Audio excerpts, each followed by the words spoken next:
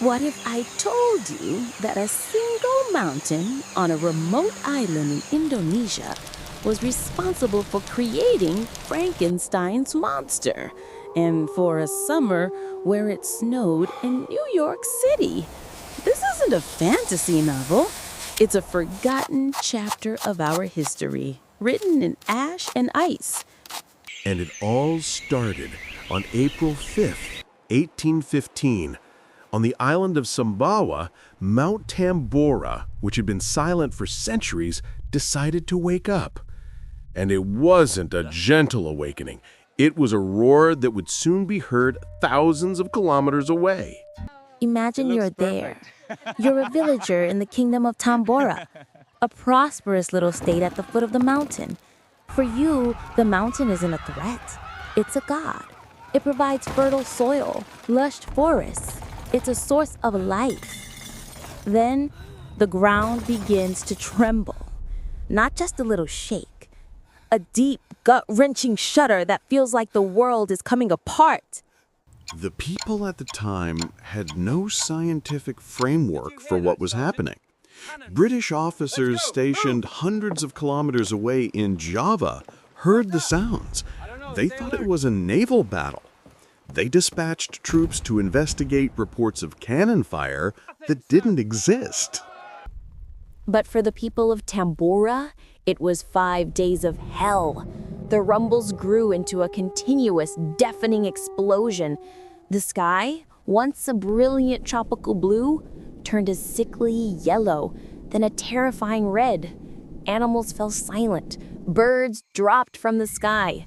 And then on the evening of April 10th, the mountain didn't just erupt. It disintegrated. To give you some perspective, scientists rate volcanic eruptions on the Volcanic Explosivity Index, or VEI. Mount St. Helens in 1980 was a VEI 5.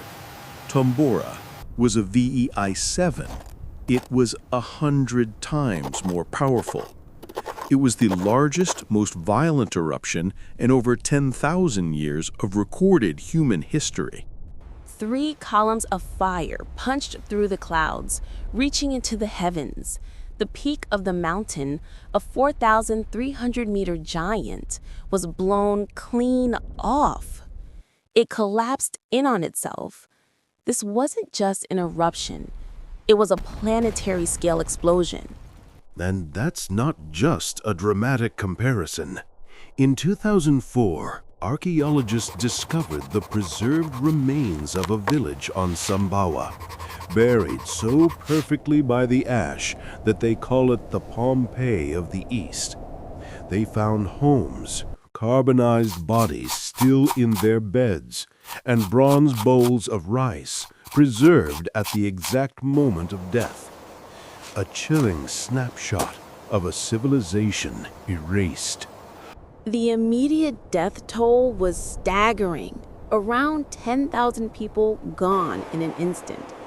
But Tambora's true terror, its great dark secret, wasn't the explosion itself.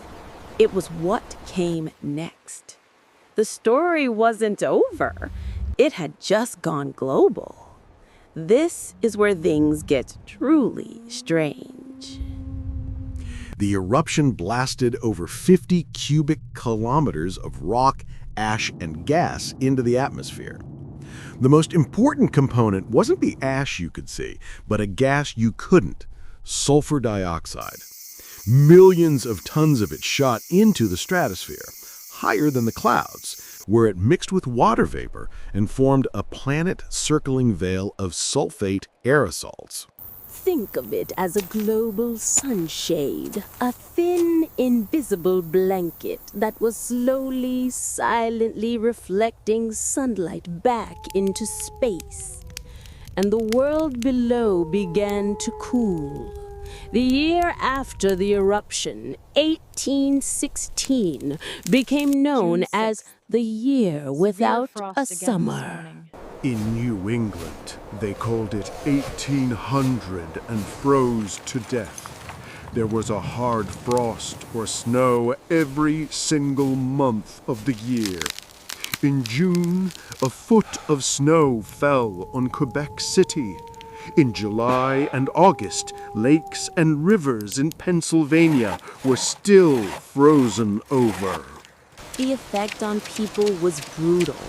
In Europe, which was already struggling after the Napoleonic Wars, the endless rain and cold led to mass famine.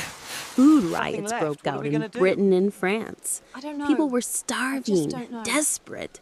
The price of oats skyrocketed, which made feeding horses a luxury. And this is where the twist comes in. That horse feed crisis led a German inventor named Karl von Drais to create a personal mobility device that didn't need food. It was the first ever bicycle, the velocipede, an invention born directly from a volcanic eruption half a world away. And it gets even more unbelievable. That same miserable, gloomy, and cold summer of 1816, a group of young English writers were vacationing by Lake Geneva in Switzerland. They were trapped indoors by the incessant rain. To pass the time, their host, Lord Byron, proposed a challenge. Who could write the best ghost story? Among those guests was a young woman named Mary Shelley. Trapped inside, surrounded by a dark, unnatural world, she had a waking nightmare, a vision of a pale student of unhallowed arts kneeling beside the thing he had put together. That vision became Frankenstein. One of the most iconic horror stories of all time was born from the atmospheric glow created by Mount Tambora. So you have a volcano in Indonesia directly leading to the invention of the bicycle and the creation of Frankenstein's monster. It triggered the last great subsistence crisis in the Western world, sparked mass migrations from the American East Coast to the Midwest in search of better land, and even caused a cholera pandemic to spread from Asia due to the climate disruption. The story of Tambora is a terrifying lesson. It's a story of a lost world, of kingdoms turned to dust, buried and forgotten for nearly 2 centuries. But it's also a stark reminder of how deeply connected we are, how one event in one corner of the globe can fundamentally alter the course of civilization everywhere else. It shows that nature doesn't operate on our schedule or within our borders. The planet has a power that can rewrite our art, our technology, and our societies overnight. The eruption of Mount Tambora wasn't just a local tragedy.